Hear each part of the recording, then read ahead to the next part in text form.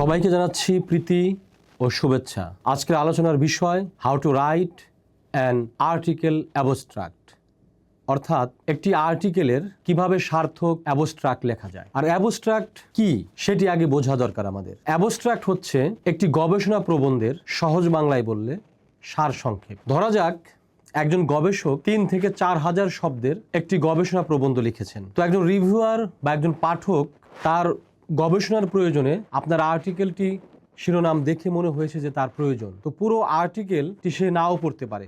প্রথমে তার প্রয়োজন হবে সে আগে অ্যাবস্ট্রাক্টটি পড়ে নেবে। অ্যাবস্ট্রাক্ট পড়ে যদি মনে হয় যে হ্যাঁ, এই আর্টিকেলটি তার নতুন গবেষণায় কাজে লাগবে, তাহলে সে পড়তে পারবে এবং জানতে পারবে। তাছাড়া রিভিউয়ারের কাছে যখন আপনার আর্টিকেলটি যাবে, তখন তিনি প্রথমে অ্যাবস্ট্রাক্টটি পড়েই আপনার আর্টিকেল সম্পর্কে একটি সুস্পষ্ট ধারণা পাবে।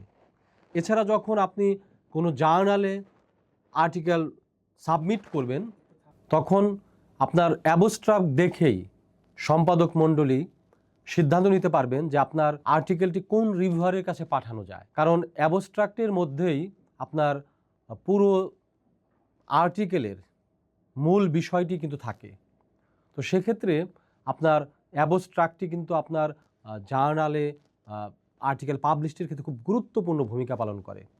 তাহলে কথা হচ্ছে আপনি অ্যাবস্ট্রাক্টটি কেমন হবে, কতটুকু হবে। মনে রাখতে হবে 3 থেকে 4 হাজার শব্দের আর্টিকেলের জন্য আপনি 250 থেকে 300 শব্দ কিংবা 150 থেকে 200, এবং এক্ষেত্রে অবশ্যই আপনার জার্নালের যে কর্তৃপক্ষ আছে, তাদের যে নিয়ম নীতি আছে, নীতিমালা আছে, সেটা কিন্তু আপনাকে ফলো করতে হবে। যদি তারা বলে যে 300 থেকে 250 শব্দের মধ্যে আপনাকে অ্যাবস্ট্রাক্ট লিখতে বলে, তাহলে আপনি সেভাবেই লিখবেন। আর অ্যাবস্ট্রাক্ট খুব বড় হলে কিন্তু আপনার আলটিমেটলি কোনো ফলপ্রসূ না, কারণ আপনি মূল কথা তো আপনার আর্টিকেলেই বলেছেন। তো সেক্ষেত্রে আপনি অবশ্যই সংক্ষিপ্তভাবে লিখবেন।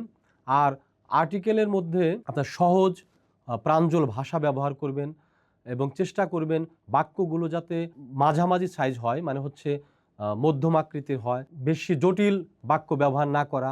আরেকটি অবশ্যই একটি বিষয় মনে রাখতে হবে, অনেক গবেষক এটি ভুল করেন, সেটি হচ্ছে তারা তার সারসংক্ষেপের মধ্যে কিওয়ার্ড ব্যবহার করে না। আপনি যদি কিওয়ার্ড ব্যবহার না করেন, তাহলে কিন্তু আপনার মূল আর্টিকেল যে ব্যাপারটা, আর্টিকেলের সম্পর্কে কিন্তু সম্যক ধারণা কিন্তু রিভিউয়ার বলেন বা পাঠক বলেন বুঝতে পারবে না। সুতরাং আপনার ভালো একটি আর্টিকেলের কিন্তু ভালো অ্যাবস্ট্রাক্টের মধ্যে সিলেক্টিভ কিওয়ার্ড কিন্তু খুব গুরুত্বপূর্ণ ভূমিকা পালন করে বলে আমি মনে করি। সুতরাং অ্যাবস্ট্রাক্টের লেখার ক্ষেত্রে এই বিষয়গুলো খুব গুরুত্ব সহকারে দেখবেন। এখন আমি আলোচনা করব অ্যাবস্ট্রাক্টের কাঠামো কেমন হওয়া উচিত, ব্যাকগ্রাউন্ডটা কেমন হবে। ব্যাকগ্রাউন্ডটা হবে সংক্ষিপ্ত, এবং এর ব্যাকগ্রাউন্ডটার মধ্যে আপনি কোন ধরনের আপনার করেছেন গবেষণাটি, সেটি কি কোয়ালিটেটিভ নাকি কোয়ান্টিটিভ নাকি মিশ্র পদ্ধতির, সেগুলো কিন্তু আপনি মাথায় রাখতে হবে।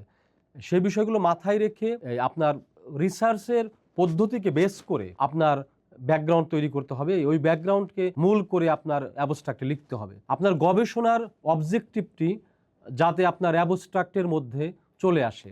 এখন আপনি এমন অ্যাবস্ট্রাক্ট লিখলেন যার মাধ্যমে আপনার গবেষণার যে লক্ষ্য উদ্দেশ্য সেটি বোঝা গেল না, তাহলে কিন্তু আপনার গবেষণাটি কিন্তু ফলপ্রসূ হবে না। সুতরাং অবশ্যই যে ধরনের যে উদ্দেশ্যে আপনি আপনার গবেষণা প্রবন্ধটি লিখেছেন, তার উদ্দেশ্যর একটি আভা, সারসংক্ষেপ যেন অ্যাবস্ট্রাক্টের মধ্যে থাকে, এটি একটি বিষয়। আর অ্যাবস্ট্রাক্টের কাঠামোর মধ্যে আরেকটি গুরুত্বপূর্ণ বিষয় হচ্ছে মেথডস। একটু আগেও আলোচনা করেছি আপনার অবজেক্টিভের মধ্যে মেথডটি আলোচনা করেছি ইতিমধ্যে, তারপর আবারও বলছি যে মেথডটা কিন্তু খুব গুরুত্বপূর্ণ। কারণ আপনি যদি আপনার প্রবন্ধটি লিখেছেন কোয়ালিটেটিভ মেথডে, কিন্তু আপনি আলোচনা করেছেন অ্যাবস্ট্রাক্টে কোয়ান্টিটেটিভ, তাহলে কিন্তু আপনার দুটোর সাথে কিন্তু মার্চ করবে না। তার মানে হচ্ছে আপনি যে মেথডে আপনি গবেষণা প্রবন্ধটি লিখেছেন, সেই মেথডেই কিন্তু আপনার অ্যাবস্ট্রাক্টও লিখতে হবে। এটা কিন্তু খুবই গুরুত্বপূর্ণ একটা বিষয়। তার মানে হচ্ছে আপনাকে মেথডটা খুবই মাথায় রাখতে হবে, যে মেথডে লিখেছেন সেই মেথডেই আপনার অ্যাবস্ট্রাক্টও থাকতে হবে। এরপর হচ্ছে আপনার রেজাল্টটা কি, আপনার গবেষণার রেজাল্টটা কি, সেটা কিন্তু আপনার খুব গুরুত্বপূর্ণ একটা বিষয়। যে কোনো গবেষণার রেজাল্টটাই কিন্তু মূল বিষয়। কারণ বস্তুনিষ্ঠ যত গবেষণা হয়, বস্তুনিষ্ঠ গবেষণা হয়, আর এই গবেষণা প্রবন্ধের মূল ব্যাপারটাই হচ্ছে কিন্তু ফলাফল। তো আপনি যে উদ্দেশ্যকে লক্ষ্য নিয়ে এবং যে ফলাফলটা আপনি বের করেছেন আপনার গবেষণার, সেই গবেষণার ফলাফলটার একটা ইঙ্গিত না সুস্পষ্ট ব্যাপারই আপনার থাকতে হবে, সারসংক্ষেপে। এতে হবে কি, আপনার গবেষণার পুরো বিষয়টা পাঠক বা রিভিউয়ার বুঝতে পারবেন।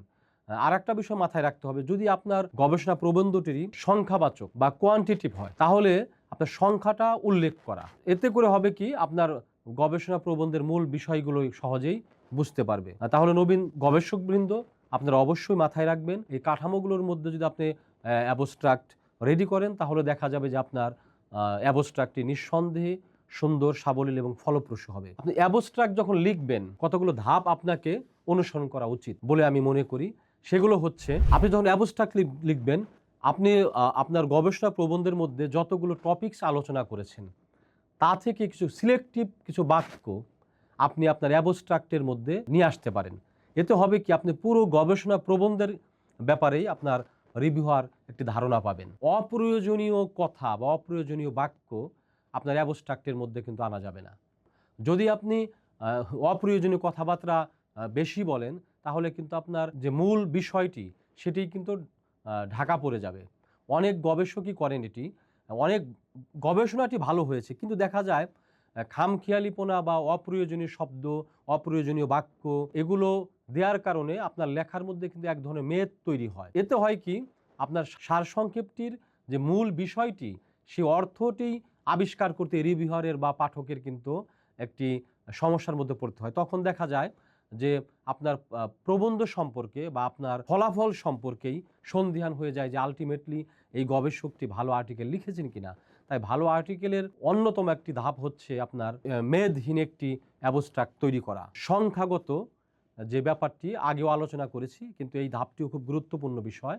সেটি হচ্ছে, আপনার যদি সংখ্যাবাচক গবেষণা হয়, তাহলে সংখ্যাটি সুস্পষ্টভাবে উল্লেখ করা আপনার অ্যাবস্ট্রাক্টে।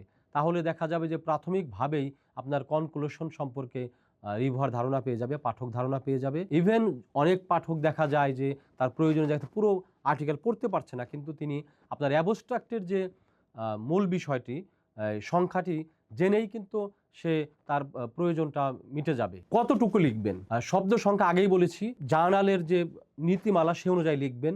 তবে কতটুকু, এক প্যারায়, মনে রাখতে হবে এক প্যারার মধ্যে আপনি এই শব্দ সংখ্যাগুলো শেষ করবেন। একাধিক প্যারা দিবেন না। একাধিক প্যারা হয় কি, বিষয়টি নন্দনতাত্ত্বিক দিক থেকে শূন্যতা তৈরি হয়, ঘাটতি চলে আসে, এটি ভালো লাগে না। কারণ হচ্ছে, আপনি যেহেতু সারসংক্ষেপ, সার মানে মূল কথা যদি আপনি অনেক বড় কথা বলেন, যদি আপনি বেশি প্যারাতে একাধিক প্যারাই দেন, তাহলে ফোকাস হতে পাঠকের, রিভিউয়ারের সমস্যা তৈরি হতে পারে। আপনি অ্যাবস্ট্রাক্ট লেখার পরে নীতিমালা অনুযায়ী শব্দ কত হয়েছে সেটি একবার দেখে নেবেন। তো নিশ্চয়ই, আবারও বলছি, আপনার যদি পুরো আর্টিকেলের সারসংক্ষেপ সহজ ভাষায় হয়, আপনার আর্টিকেলের মূল কথাটি এখানে থাকে, চাবি শব্দগুলো যদি যথাযথ সিলেক্টিভ উপায়ে যদি এখানে আপনি নিবদ্ধ করেন, তাহলে নিঃসন্দেহে আপনার আর্টিকেলটি ফলাফল এবং ফাইনালি আর্টিকেলটি হবে একটি সার্থক আর্টিকেল। ধন্যবাদ।